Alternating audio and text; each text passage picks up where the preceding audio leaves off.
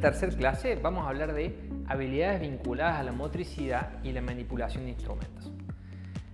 Recordemos que en el desarrollo de una habilidad partimos de movimientos y actos reflejos rudimentarios registrados en nuestros genes, poco especializados, y vamos a ir desarrollándolos a conductas motoras cada vez más complejas y especializadas que van a depender de cada entorno físico, social y cultural.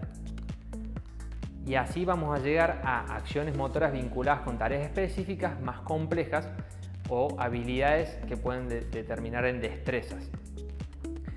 ¿Qué etapas intervienen en el aprendizaje motor? Meinel y Schneider en el 1977 lo definieron tres etapas. Una primera que tiene que ver con una etapa verbal o cognitiva, en las cuales se desarrolla lo que es la coordinación gruesa. Después vamos a pasar a una etapa motora o desarrollo, que se van a desarrollar la coordinación fina de la persona. Y finalmente vamos a pasar a una etapa autónoma o de desarrollo, en la cual aparece la disponibilidad variable de esa habilidad. Recordemos, en el esquema que habíamos visto anteriormente de complejidad del aprendizaje de una habilidad, la etapa verbal y cognitiva correspondería con habilidades básicas o muy intuitivas. Una B, habilidades que se pueden desarrollar mediante la copia o la imitación. Pero cuando hablamos de habilidades más complejas, como las que se desarrollan en la universidad, vamos a hablar de etapas que necesitan de un esquema organizado para poder desarrollarlas. El desarrollo de habilidades en inglés se les denomina skills o destrezas. Vamos a partir de capacidades que en determinados contextos y determinadas prácticas van a desencadenar esa habilidad, esa destreza o esa skill. Entonces, para poder manejar un destornillador, necesito de la coordinación gruesa, pero también la coordinación fina, y va a depender del contexto de aprendizaje en el cual yo aprenda a utilizar ese destornillador de manera práctica o con destreza, y yo puedo ajustar de manera práctica. Y sobre todo la práctica. Si una persona nunca utiliza un destornillador, obviamente que no va a tener la destreza suficiente para hacerlo en un plazo breve de tiempo. El ejemplo que vamos a llevar o vamos a traer a colación para poder hablar bien de lo que es el desarrollo de habilidades o destrezas motrices es la conducción. Una persona va a conducir un automóvil. Ahora, ¿qué capacidades van a ser necesarias para poder desarrollar la habilidad de la conducción de un automóvil? En primer lugar, vamos a hablar de la accesibilidad, la movilidad y la coordinación de una persona. Es necesario que esa persona tenga dominio de sus miembros, que pueda coordinar el movimiento de sus brazos y sus pies. Segundo, viene la capacidad visual. Es necesario que la persona pueda ver, tiene que tener el campo visual completa para hacerlo de manera correcta.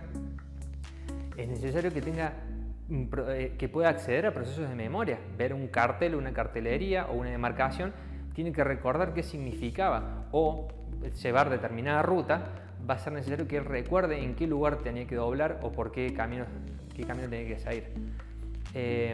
Después vamos a ver que es necesario dominar la agilidad o la velocidad de procesamiento de información. Si de golpe se pone un semáforo en rojo o se cruza alguien en la ruta, yo voy a tener que saber qué maniobras realizar de una manera rápida o ágil. También tiene que ver con la capacidad atencional o de prestar atención a lo que está pasando en el contexto. Yo tengo que ser capaz de focalizarme en determinados aspectos y poder filtrar otros que lo único que hacen es entorpecer mi conducción. Entonces, si uno va prestando atención a todos los carteles que hay en la ruta o de golpe a un teléfono celular, no va a poder enfocarse en lo que es la conducción y puede ocasionar un accidente. La memoria de trabajo, hay acciones que se realizan de manera totalmente automática, como el cambio de una marcha o el frenado o el colocar el freno en mano cuando uno estaciona. La conciencia, ser consciente que uno va transportándose en un bólido de más de 1000 kilos y el riesgo que eso conlleva. La interacción social con otros actores de la sociedad, en la conducción o en el proceso de conducción pueden surgir conflictos o puedo tener que responder a una autoridad de tránsito que me esté indicando que realice tal o cual maniobra, y para eso es necesario poder coordinar con otros actores de la sociedad. Como estamos viendo, son muchas las capacidades necesarias para poder desarrollar una habilidad en concreta. Entonces, ¿qué herramientas conocemos o podemos utilizar para poder desarrollar esas habilidades? Y acá surgen, por ejemplo, los simuladores. Cuando hablamos de habilidades motrices, los simuladores son muy buenas herramientas porque nos van a colocar en una situación en la cual vamos a vivir o recrear esos escenarios y nosotros vamos a poder ejecutar o manejar ese instrumental y en el caso de que haya una equivocación o algún problema, no va a conllevar un riesgo para la vida de la persona que está practicando ni para la sociedad o el entorno en el que está viviendo. ¿Qué ejemplos tenemos de simuladores? Lo primero que se le puede venir a la cabeza a uno es un simulador de un avión.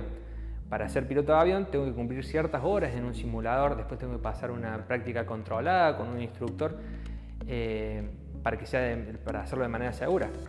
Un piloto de carreras va a utilizar un simulador de carreras para poder conocer los circuitos y para poder hacerlo de manera más eficiente. En el caso de maquinarias pesadas podemos tener simuladores ya sea de camiones, de grúas o de otros instrumentos o elementos o maquinarias que sean riesgosas para los operarios. En el caso de la medicina, un odontólogo, pueden haber simuladores, ya sean virtuales o pueden ser los maniquís médicos, en los cuales yo puedo desarrollar algunas destrezas para hacer diagnósticos médicos. Estas pueden ser sistemas simples o pueden ser sistemas realmente complejos en el cual se pueden simular hasta cirugías, ya sea de forma física, mediante un maniquí, o virtual.